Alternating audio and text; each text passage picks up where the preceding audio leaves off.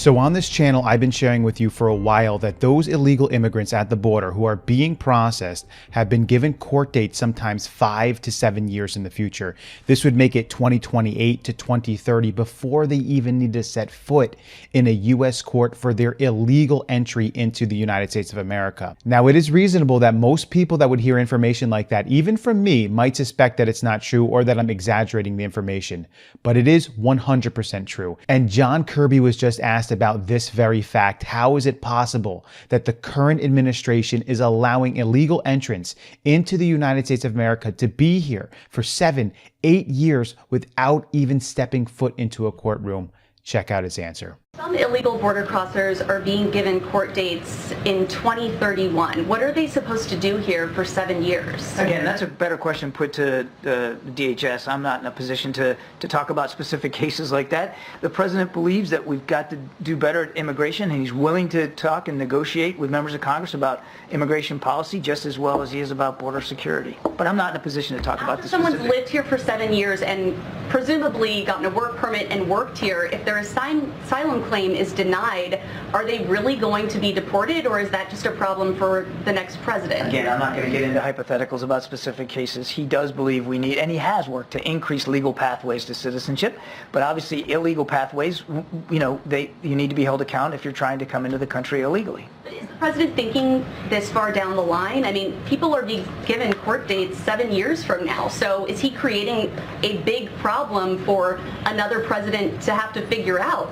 If these people are going to be deported after just working, living, maybe having families here for 7 years? Again, I'm not going to get into hypothetical cases here. On day one of the administration, the president put to Congress a proposal for immigration reform. He has said in recent days he's willing to have a serious discussion with members of Congress about immigration policy. So let's see where that goes. But he's taken the issue very, very seriously. So let's be very clear about this. Every single person that is stepping up to the U.S. border from the South is being allowed entry into our country by our current administration. They are not turning them back. And when they bring them into this country, after they process them, they are giving them court dates far, far into the future. And when asked this very serious question, because this is a serious question, how can any administration do this?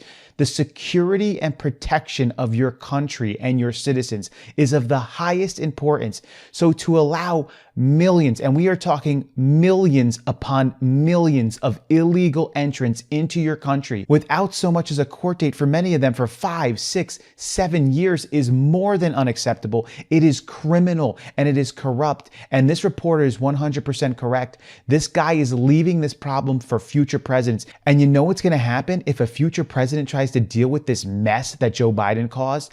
8 million illegal entrants over the last 3 years. That future president's going to be called a bigot. That's right, because they're going to try to say, hey, listen, you came over here illegally. You broke the laws of our country. You got to go back home. I guarantee you the media, the left and the liberals are going to run news stories nonstop about how much of a disgusting, nasty, racist bigot that person is, even though all they are doing is abiding by the sovereignty of our country and the rules and the law of order that we're supposed to follow. This administration lifts up the razor wire and allows them entry and then says, hey, yeah, just stay here for 7 years. These people are going to have kids. They're going to have families. They're going to have jobs. These people are going to be all over the place in the United States of America. They're going to be entrenched in. This administration knows that there is no interest in the future of ever sending any one of these people back. This is just an excuse to say, hey, see, we're doing something about it. We processed them and we gave them a court date. But in reality, you know nothing's ever going to happen, because that's the truth. When John Kirby says, this is a question for DHS, this is not for me, I can't really speak to this. What he really should be saying, if he's telling the truth, is we have no interest in dealing with this at all. We're not going to deal with this. And if any future president deals with it, they're a bigot and they're a racist. And that's how we're going to frame it in the future if they do anything about it. But for right now, we just have open borders. And if you search open borders, it's a conspiracy theory. right? Google and every other media organization out there will label it a conspiracy theory.